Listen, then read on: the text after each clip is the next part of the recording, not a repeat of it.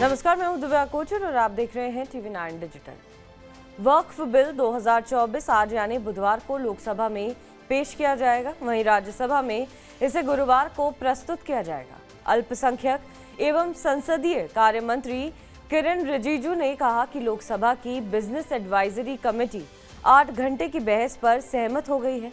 Committee के अध्यक्ष लोकसभा अध्यक्ष ओम बिरला हैं और इसमें सभी प्रमुख पार्टियों के नेता शामिल होते हैं। बीजेपी को इस बिल के पास कराने में दिक्कतों का सामना होने की उम्मीद कम ही है। उसके सहयोगी दल इस मुद्दे पर साथ है। चंद्रबाबू नायडू की टीडीपी और नीतीश कुमार की जेडीयू भी बिल के समर्थन में है। बीजेपी के एक वरिष्ठ नेता ने कहा कि पार्टी को जनता दल, लोक जनशक्ति पार्टी और तेलुगु देशम पार्टी जैसे प्रमुख सहयोगियों के समर्थन का भरोसा है, जिनका समर्थन विधेयक को संसद से पारित कराने के लिए महत्वपूर्ण है। दूसरी ओर विपक्षी गुट इंडिया गठबंधन विधेयक पर एकजुट है।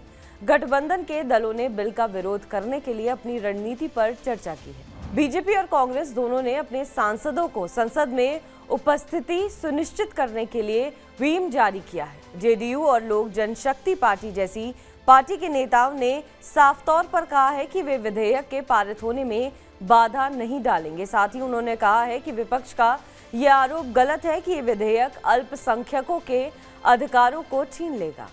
जेडीयू के वरिष्ठ नेता ने कहा कि हमारी पार्टी पहले ही मुस्लिम पर्सनल लॉ बोर्ड, वक्फ बोर्ड और विभिन्न अन्य धार्मिक नेताओं के प्रतिनिधियों से मिल चुकी है और उन्हें आश्वासन दिया है कि उनकी चिंताओं को सरकार तक पहुंचाया जाएगा और उनका समाधान किया जाएगा।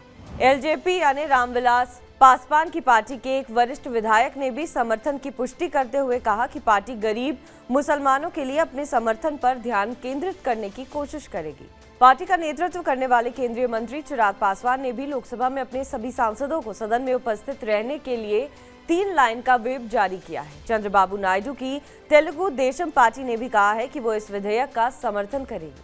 टीडीपी प्रवक्ता प्रेम कुमार जैन ने कहा कि हमारी पार्टी इसका समर्थन करेगी। चंद्रबाबू नायडू पहले ही कह चुके हैं कि हम मुस्लिम समुदाय के हितों के लिए काम करेंगे। शिवसेना ने लोकसभा के अपने सभी सांसदों को 2 और 3 अप्रैल को सदन में उपस्थित रहने और सरकार के रुख का समर्थन करने के लिए 3 लाइन का व्हिप जारी किया है।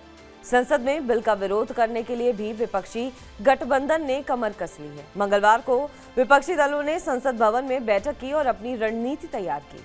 बैठक में कांग्रेस नेता राहुल गांधी, मल्लिकार्जुन खड़गे और केसी वेणुगोपाल, समाजवादी पार्टी के नेता राम गोपाल यादव, एनसीपी की नेता सुप्रिया सुले, तृणमूल कांग्रेस के कल्याण बनर्जी और आम आदमी पार्टी के संजय सिंह शामिल हुए। वहीं डीएमके के टीआर बालू, तिरुचि शिवा और कनिमोझी, आरजेडी के मनोज कुमार झा, सीपीआई-एम के जॉन ब्रिटास, सीपीआई के संतोष कुमार पी, आरएसपी के एनके प्रेमचंद और वाइको भी मौजूद थे। खड़गे ने कहा कि सभी विपक्षी दल एकजुट हैं और वक्फ संशोधन विधेयक पर मोदी सरकार के असंवैधानिक और विभाजनकारी एजेंडे को हराने के लिए संसद के पटल पर मिलकर काम करेंगे। कांग्रेस नेता वेणुगोपाल ने कहा कि देश के संवैधानिक मूल्यों की रक्षा के लिए इस विधेयक का विरोध किया जाना चाहिए। उन्होंने आगे कहा कि ये संविधान का साफ उल्लंघन है। संविधान में आस्था रखने वाले लोग निश्चित रूप से इसका विरोध करेंगे। लोकसभा में बिल पास होने के लिए बीजेपी को 272 वोट चाहिए। 542 सांसदों में से 240 बीजेपी के हैं, 12 जेडीयू के हैं, 16 टीडीपी के हैं, 5 एलजेपी के और 2 राष्ट्रीय लोक दल के हैं और 7 शिवसेना के। अगर एनडीए की सभी पार्टियां बीजेपी का साथ देती हैं तो बिल आसानी से पास हो जाएगा। अगर राज्यसभा की बात करें तो राज्यसभा में एनडीए के 125 सांसद हैं। इसमें से बीजेपी के 98, जेडीयू के 4, टीडीपी के 2, राष्ट्रवादी कांग्रेस पार्टी के 3, आरएलडी का 1 सांसद है। 245 सदस्यों वाले सदन में इस विधेयक को पारित करने के लिए 119 सांसदों के समर्थन की जरूरत है। एनडीए को भरोसा है कि उसे असम गण परिषद और तमिल मनीला कांग्रेस जैसी पार्टियों के साथ साथ 6 मनोनीत सदस्यों का समर्थन भी मिल जाएगा। बहरहाल इस खबर पर आपका क्या कुछ कहना है हमें कमेंट करके जरूर बताएं। बाकी देश और विदेश की तमाम बड़ी खबरों के लिए आप देखते रहें TV9 डिजिटल।